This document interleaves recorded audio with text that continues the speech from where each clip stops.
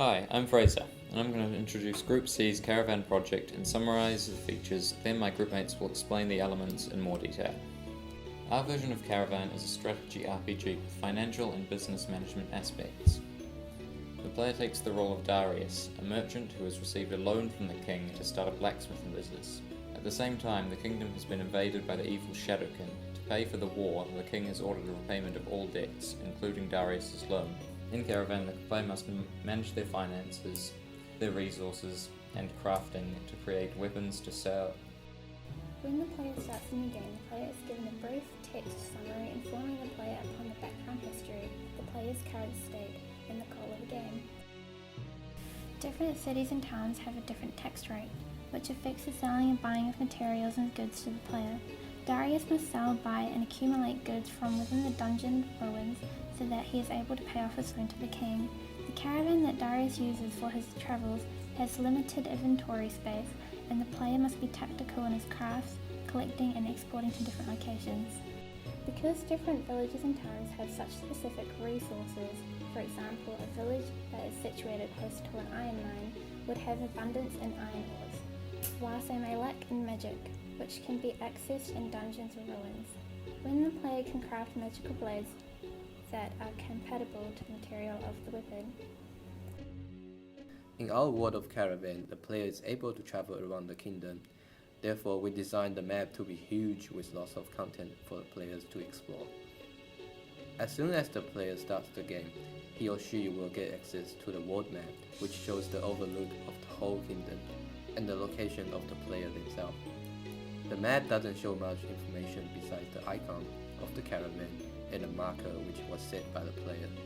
However, as the player drags on the specific part of the world map, the map will fade into a closer looking map that shows much more detail of the landscape and information such as town, dungeon, and monsters.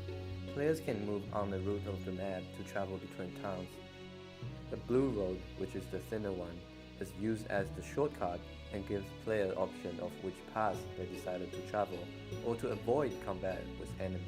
Monster icon will appear on the road which are visible by the players. To start moving, the players has to tap on the wheel icon. For the UI part, players can get access to Profile, which is the caravan icon on the center of the map UI. The profile shows all the information about the players and split into 4 parts, which are inventory, crafting, guard, and caravans. Inventory is used to view all the items the players has in the caravan, includes resources, goods to sell, and equipment for the guards. The guard tab shows the information on the machinery behind it. Players can hire 6 machinery in total, and each of them have different ability and level.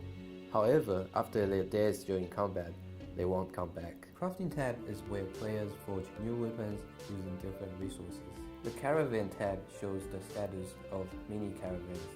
Players can only have 3 of the caravans and each can only carry 3 types of weapon to sell. When the player arrives at a town, they may visit its marketplace to buy resources and sell their weapons. They can also visit the inn to hire special mercenaries and visit the town hall to establish trade contracts that will allow their miniature caravans to travel back and forth between the player's forge and the town, buying and selling resources.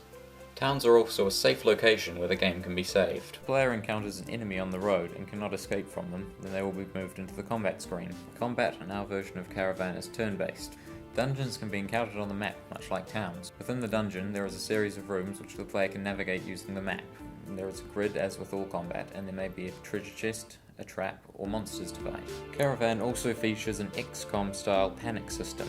As the Shadowkin invasion progresses, different towns will come under different levels of threat. If a town is completely overrun by the Shadowkin, then the player will have to mount a counter-invasion to stop them. This will function in a similar way to a dungeon. For the concept art, I was asked to design 4 things: the dungeon guardians, the resources, the weapons, and some of the character designs. The dungeon keepers are designed based on the environments, and the rare resources are based on the respective guardians defeated. These rare resources are used to be crafted into more valuable weapons.